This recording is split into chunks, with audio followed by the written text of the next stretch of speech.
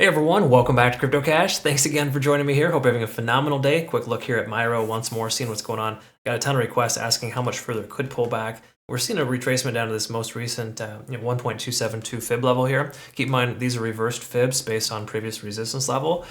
We obviously need to update these, so just keep that in mind. I have these levels, 1.618, 1.414. These are all on the charts here as tentative support and resistances. We can see they're also working very well here today so far in certain ways. Keep in mind, Bitcoin selling off pretty massive today. At least it's a big deal losing that 41,600 mark. So I would recommend you watch my Bitcoin video daily to keep abreast on that. That really helps you understand how altcoins are behaving. But at this point, we can presume the price may continue lower because Bitcoin is going to be pulling back likely further. If it doesn't, Bitcoin consolidates, we should see a swift recovery from MYRO. Still very strong coin. A ton of volume still in the coin. So we're going to look at a few key factors. If you're new to the channel, just know I'm not a financial advisor. Love to teach people to trade. Quick congrats to our community members here again for our shorts. So we took ETH short 22% in 20 hours. Bitcoin short 25% in 1.5 trading days. ICP short 23% in 2 days. And then of course, a Matic short at 20%. We do have a Chainlink long that we took profit on as well. So basically we're 4 out of 4 for our shorts and 1 out of 1 for our longs. We did close a couple of other longs too that were slightly in the red. And again, you just kind of have to do that sometimes. We closed Band and Filecoin. So if you're part of that, maybe you just double check that yourself. If you want to continue to hold the trades open, it's up to you. I just don't like the way the market is shifting right now. It's looking very weird. So I prefer to steer clear when I see that. All right, so talking about steering clear here. Take a look at the daily. We can see we're at a 9 on TD sequential. This shouldn't be a stark, reality like you just got to sell everything and take profit. I would recommend, if you haven't already, just keep adjusting your stop loss higher. So if the price doesn't pull back, you can secure profits, or maybe even consider taking a portion of your total amount and selling a little bit of it, so you can kind of be able to scale into or out of your position, depending on how you look at it. But again, the 9 doesn't mean it's scary. It's just something we got to recognize that we have had 9 days of bullish continuation, but you got to keep in mind 4 days of consolidation here. We're literally only about 2 days into this push, so not that big of a deal. Looking at the bullish indicators here, stochastic RSI swinging up, traditional RSI high, money flow index high. All great things we look for in a bullish continuation. So there's literally nothing here we can see that's disadvantageous.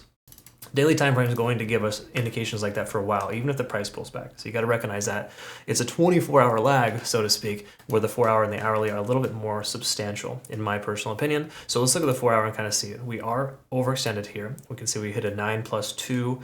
We're due for a correction. It makes perfect sense. Price waked up a lot further than it should have. Keep in mind, we have a previous resistance level at about 17.8. That could be a new support for us. The price pulls back. We can see this 1.272 fib level here as well, holding strong at about, I'm going to round up and just say 20 cents even. Okay, 20 cents so far, so good. All right, so again, we got to recognize that that's a pretty nice little area there. We can double check a couple things here. We are seeing a stochastic divergence, RSI back under 70, and money flow pulling back. Those are all bearish signs, but it doesn't mean it's like the sky is falling kind of bearish, just a natural correction kind of bearish. I need to clarify sometimes. People hear the word bearish and they just go all short. It's kind of funny sometimes.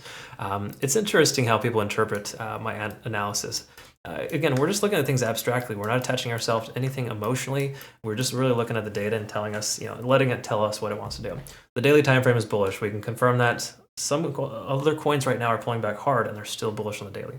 Same thing here, right? So that's lagging indicator. 4-hour time frame is a little more telling, giving us the indication we're above all moving averages, which is positive. We've lost this ascending trend. We're a little overextended. We're coming down to possibly retrace a little bit further. So my speculation is that the price does pull back. We'll see some lower fib levels here. Let's go ahead and draw out some new fibs, kind of see what's going on here. We're going to unreverse this because, again, I had that reverse from before. We can kind of see a correlation here. Right there, 0.382, 19.3, and 17.5 are some areas there where we could see the price pull back to.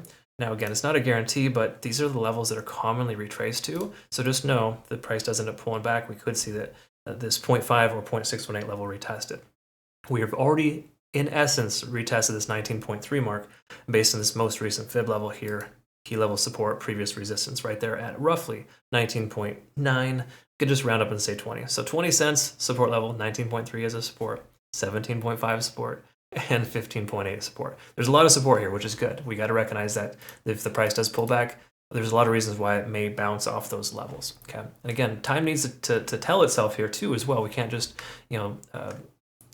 bank on those being exact levels. They're just commonly retraced to areas. So those would be some good dollar cost average targets. Liquidity, we have lower liquidity levels. We don't need to worry about that. We're far ways away from that. Moving averages, again, we're above all 4. TD sequential tells us we're overextended. And again, we've already identified where we're at here with the MACD kind of diverging a little bit and stochastic telling us there's a shift in momentum here. We could see further downside. I think it'd be best to presume the price might pull back a little bit further and then recover. Again, it's hard to say, but the truth is here we got a lot of volume at this range right here, at least the high point, about 17.8. That was a pretty strong resistance level for a while. So the price does pull back. My speculation is this 0.5 fib level at 17.5, 17.7, right in that range. Maybe just say even round number 18 cents is a solid support range. Okay, so we could very well see that level retested. That'd be my speculation just because we're at the beginning phase of this here. But if we take a look at the hourly, it does tell us a slightly different story here. In other words, it does tell us that, based on the Ichimoku cloud, it's averaging itself out nicely right here at about that 21 to 20 cent range. Furthermore, too, we can see lagging spend is free and clear of the price action and conversion lines above the baseline. So we've got 3 out of 3 reasons to leave your long position open. Okay, there's no indication here to close your position. In roughly 12 hours, the price cannot increase any further. You might want to consider selling or taking some profit. That's basically what this indicator is going to be telling us. And I personally use this as one of my stronger, more reliable indicators. It can be unreliable in range-bound activities, but for bullish or bearish trends, it's a very, very, very good indication of how momentum is shifting. Right now, we don't have a momentum shift per se. The price going sideways is perfectly fine. So again, sky isn't falling, folks. It's okay. It's all well and good. The price pulls back to 17.8 or 18. That'd be a great place to consider averaging your position in. But there's a solid chance that this level here at about 20 cents even should continue to hold as a support until it doesn't. I know, right? Crazy. This guy tells me that this thing's going to hold until it doesn't. What the hell is that? That's trading for you, folks. Yes, trend lines, they have a tendency of continuing until they don't, which we've seen here so far. We've broken below this ascending trend. It isn't, again, the sky isn't falling per se, but it's definitely just an indication to be like, okay, I got to pay attention now. We're not just going up forever anymore. We are going sideways, and there might be a change here. Keep in mind, a lot of this change comes from Bitcoin selling off monstrously. This morning, what, 700 and, let me get this right.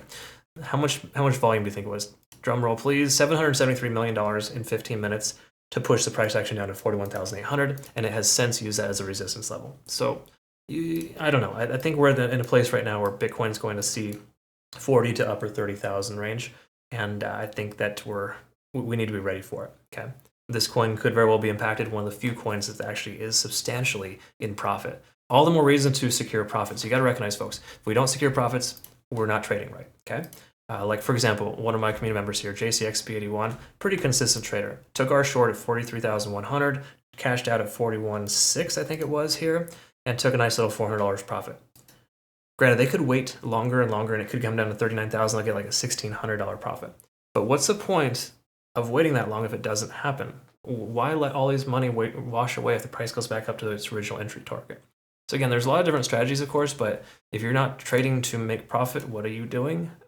If you're just trading to brag to your friends and to show online how amazing you are as a trader using a massively leveraged trade, I think that you're not trading for the right reasons. Okay. Me personally, I treat this like a business. I respect it, and I take profits whenever possible. Again, I leave a lot of profit on the table sometimes, but rarely will I take a winning trade and make it a losing trade. Okay, that's the difference there. A lot of folks don't realize that. Anyways, sorry, conversation for another day. Congrats again to our community members. Really, really well done here. Some nice profits for our day trade scalps as well. Just super happy for our community. So thanks again for the awesome feedback. Make sure if you haven't already, check out our Bitunix exchange. We're partnered with them primarily because they offer no KYC, no VPN as an option. So if you're in the US, Canada, you have to use this exchange pretty much at this point, unless you want some other flaky exchanges. These guys are awesome, super consistent. They've been great to our community. So thank you again, Bitunix, for the awesome opportunity. They also have a live trading competition right now with significant rewards. So be sure to check it out. A lot of cool little prize pool things here where you can kind of take some nice profits. Okay, so be sure to check that out. Thanks again for watching. Hope you have a great rest of the day. We'll see you on the next video. Thanks again. Take care.